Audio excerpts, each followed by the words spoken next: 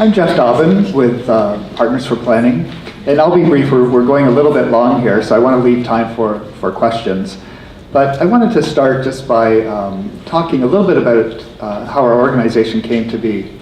We're very much not about services, and I know that's what the DSTO was all about. But as Brian was alluding to, as well as Anne, there are long wait lists. There are lots of people who are going to go through the DSO and are not going to get services, or at least get services at the level that people would wish. We're an affiliate of an organization that was started in BC called PLAN. And PLAN came together by families who were concerned about the future, and specifically concerned about what will happen to their sons and daughters when they no longer were there to care for them. And so for 25 years, those families have been working on strategies and ideas that they can put into place that will affect the future. They all realize that services are really important to their future, but again, the reality is not everyone is going to have services. And even those that are receiving services, that's just part of the solution.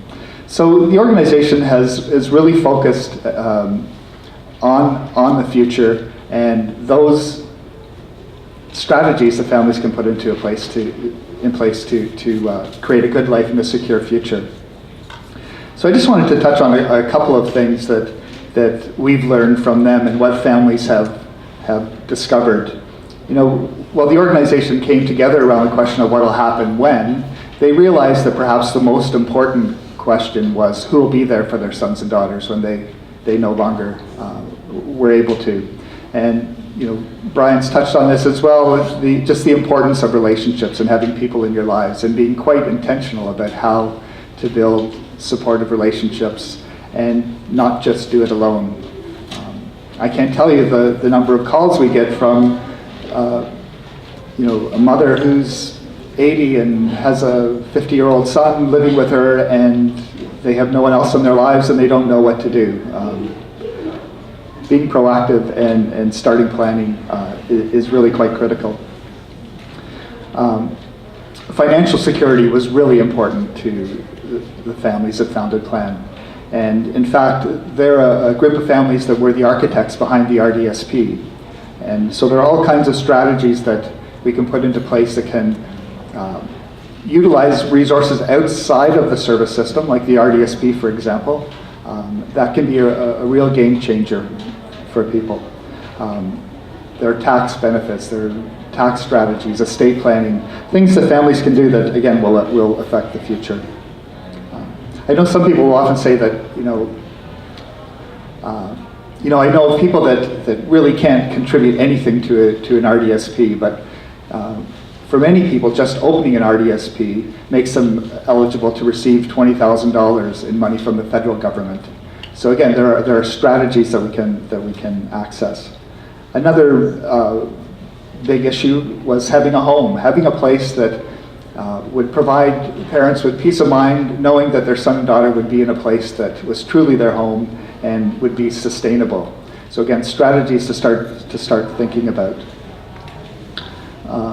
And really the last area that they really focused on was, how could their sons and daughters contribute to the community? How could they be involved in meaningful tasks?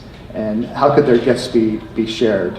And so there are strategies. Person-directed planning is one approach that can help people discover that.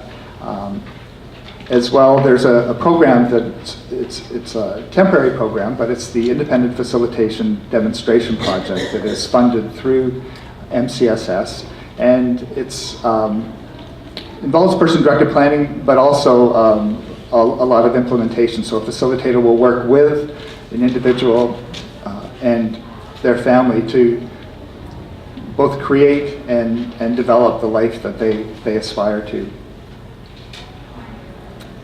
So we've created a resource, and this is why I didn't want to go into too much detail, because in 8 minutes there's only so much that I can say, but we've created a resource called the P4P Planning Network that has been designed specifically for families and focuses on the issues of future planning. So the financial stuff, the home, the work and volunteers and contributing, as well as access to other resources through the federal and provincial government.